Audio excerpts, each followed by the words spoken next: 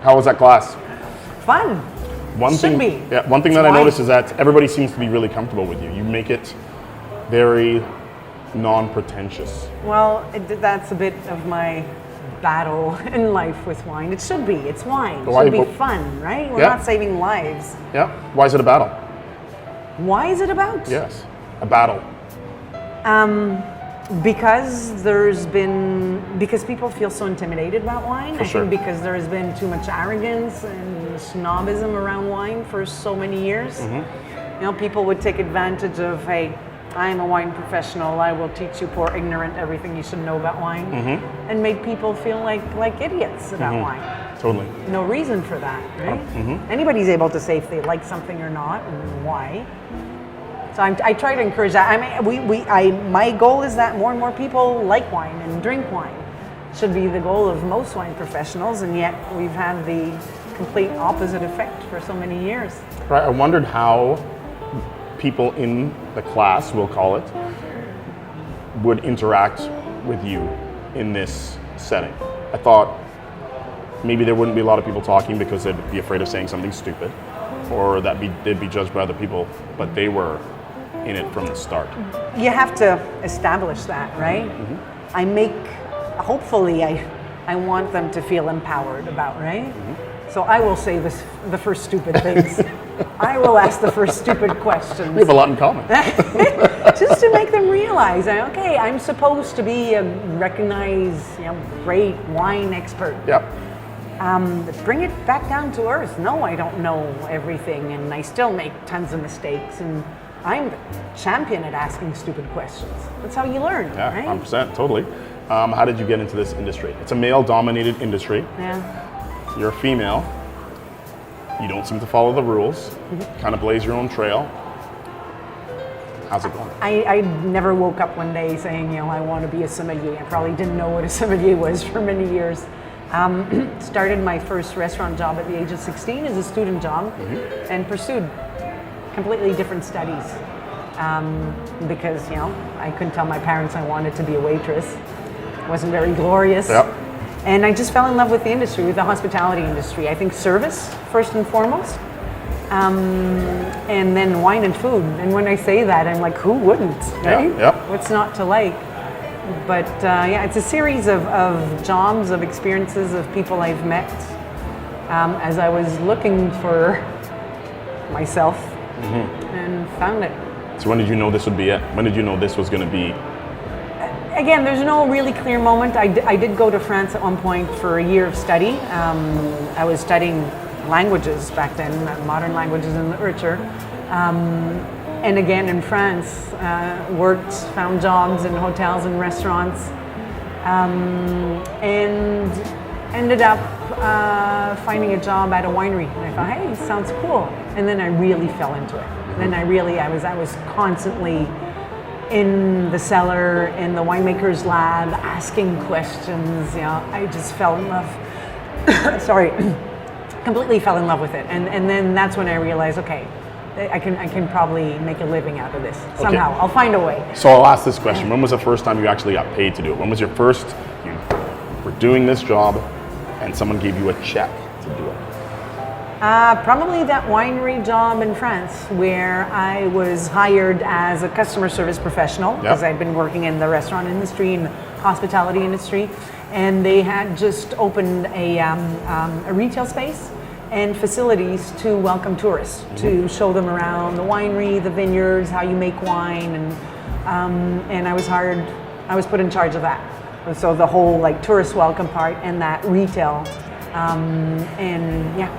that was probably my first real directly wine-related job other than working in restaurants as a server. It's only later that I was able to practice as a real sommelier. Right. What's a sommelier? We're basically servers, but you take in charge a wine program in a restaurant. So, build a wine list, decide pricing, which wines you're going to sell, what's going to go by the glass, training staff, recommending wines to customers, cellaring wines. And that's something you obviously enjoy. Yeah. One thing that you said in the class that I found interesting is that you were saying that environment affects someone's ability to taste certain wines. Like it changes the taste. How is that? How does it go? Explain that to me. There's a lot of things we don't fully understand about how our senses work, but we know for sure that our environment has a huge impact on how our senses work. The temperature outside, the colors of the room, the music you're listening to can affect how you smell or you taste. Really? Your perceptions are different. Yeah. I something I say often, and I said during this class, never, always give wine a second chance. If you try wine for the first time, I found it very interesting. Yeah, if you try wine for the first time and you don't like it, rather than saying I'll never buy that wine again, put the cork back in, stick it in the fridge, try it again the next day. And the second chance can actually maybe change your mind? Maybe you won't like it, but maybe you will. Yeah. Because the first time you tried it, what you've eaten before can influence how you're going to taste that. For sure. If you eat something different the next day, if you're in a different room, different music's playing, different people around you, your experience will be different. You live in Quebec? Yeah. I'm sure someone with your experience in wine could live in a larger city. What made you go back? I live in province of Quebec in a town called Gatineau, so not in Quebec City. Right. Smaller town, although it's just across from Ottawa. It's my hometown. And throughout my career, I traveled a lot. I did a lot of competing as a sommelier. It's not physical competitions. It can be. I mean, you need stamina, right? To that must be taste super stuffy, a lot right? of wines and. Is that a stuffy thing? Competing as a sommelier against other people that are doing it? Is that a stuffy kind of? I think it depends on each person. Yeah. It's each individual comes in there with their own attitude, right? Some are stuffy. Yeah. Some are not. Right. More and more are not. Okay. I think we're kind of getting rid of that. It's not just a sommelier competition. It's not just about tasting, and that's something I always insist on that because people are always impressed by that whole blind taste. I sniff it, I look at it, swirl it around, and this is this wine from this place. Yeah. And this. Yes, we do that. It's not a dog show. We're not circus animals. There's a science behind it. Analyzing the wine, what we call an analytical tasting, is not a guessing game. Right? You're really analyzing the aromatics, the structure of the wine, the acidity, the alcohol, the tannins, all of it, and to come to kind of a sensible conclusion. But competing is not just that. I think people remember that because that's impressive. It's more about their service. Obviously, we're sommeliers, we're servers, and I insist on that. It's not because you followed a wine class that you're a sommelier. A sommelier is a server.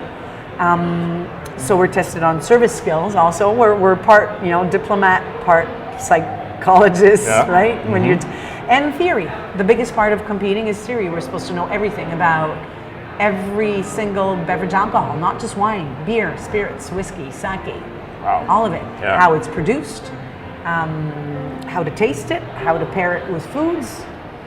That's a lot. To know everything about every single wine in the world. So the theoretical part is by far the most important in competitions. Before I interrupted you, we were talking about your hometown, why you went back home. So I spend a lot of time traveling, and I love it. I did quite well in international competitions. I became known at an international level. All of a sudden, everybody knew me in our small wine world, right? But you don't. I competed at the world level, and in 2013, I came in second. You don't arrive at that level in a few days or a few years. It's a lifetime's work, right? And nobody knew me for years except people from my hometown, from my community. They've always been there to support me. We used to have small fundraisers when I was starting to compete at a provincial level, and they were always there to help me. So it's a bit giving back to my community, and it's just nice to settle down at home after a lot of traveling. I still travel a lot, but being home is Nice. precious. I like it. Yep. Yeah. How did you end up here? How did you end up with your partnership with the Forks? Well, the whole team who started the project of the Common had this idea of having a well-known Canadian sommelier curate the wine and the beer lists. And And I mean, they first approached me. They came out. I remember seeing them at my wine bar back home in Gatineau. And it's funny when they first talked. The first time we talked, I had no time. I had just opened up the wine bar. I was in over my head. I didn't have time for another project. So I recommended a friend, Will Prudhomme from Toronto, who curated the list for the first year. And then they came back the second year, and I said, okay, I'll be happy to do it. I had to come out here, though, to understand the concept. I think people here don't realize how progressive this is. This would not fly in any other city in Canada. Really? Because of our liquor regulations. Well, it used to be like that here. It was really tight. So having this here is like groundbreaking. And if you tried to do it in Quebec or in Ontario and BC, I'm sure I've always said we should take the principles of all the other provincial liquor boards and bring them here to show them that this is possible and what a great concept it is. It works. Yeah. I have a bar license, so I'm not allowed to have people under 18. And my staff, every week I'm refusing parents that come with a teenager or.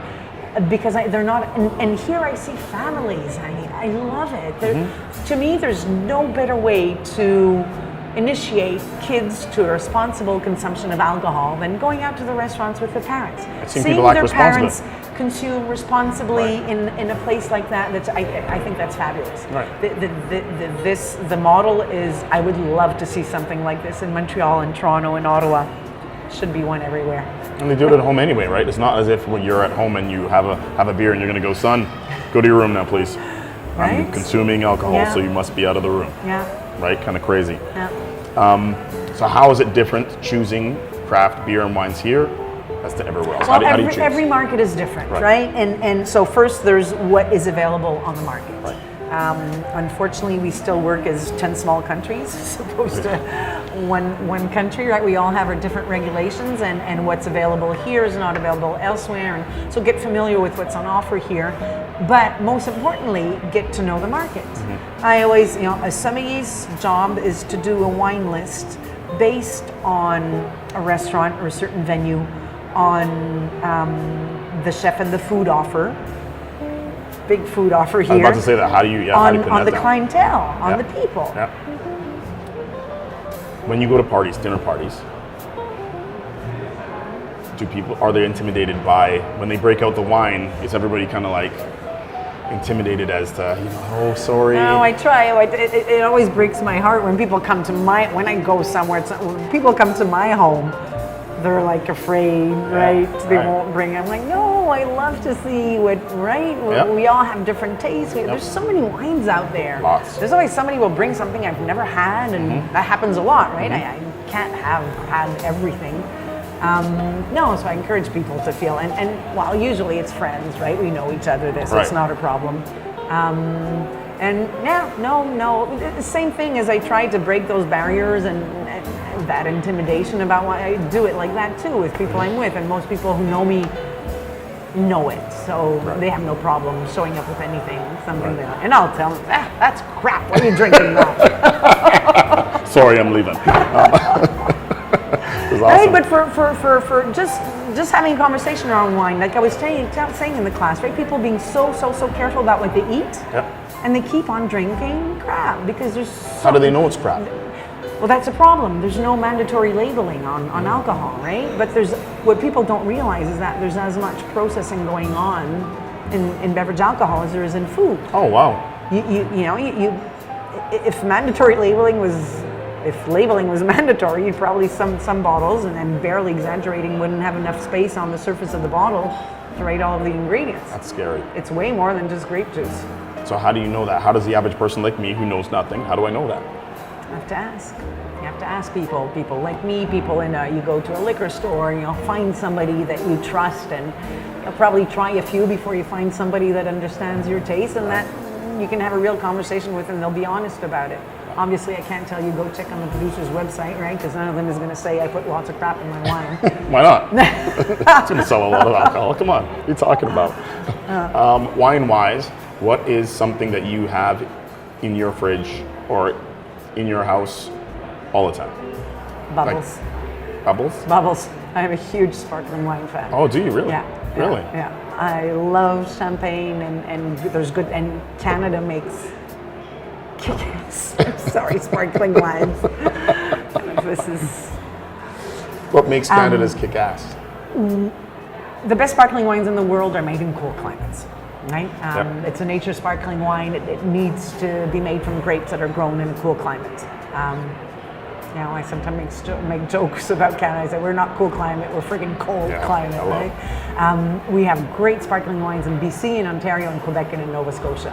I think it's probably the common denominator of really good quality wines across the country. Otherwise, there's different styles, but there's always a bottle of sparkling wine in my home, a few. Even though my husband does not drink sparkling wine at all, but he knows how to keep me happy. Just got to get some. My last question, something in the class that you said, was something about the price of wine. The higher the price of wine goes, you were talking about some sort of, I can't remember. Yeah, well, the higher up you go in price, the least the quality, the price quality ratio diminishes, right? So like a really good $200 bottle of wine will never be 10 times as good as the best $20 bottle of wine. Oh, okay, I get right? it. Right. And it's a bit like clothing and like cars and like watches. And at one point you start going into the world of luxury and paying for a lot of things other than just really what it's worth. Right. You know, for marketing and brand and image, and it's like that in wine too. I get it. I didn't know that when you said that. I was trying to listen to exactly what you said, but I found that very interesting. Thank you for taking the time to sit down with me. Thank We you. can cheers a little bit. Yeah. Cheers. Wine we have left.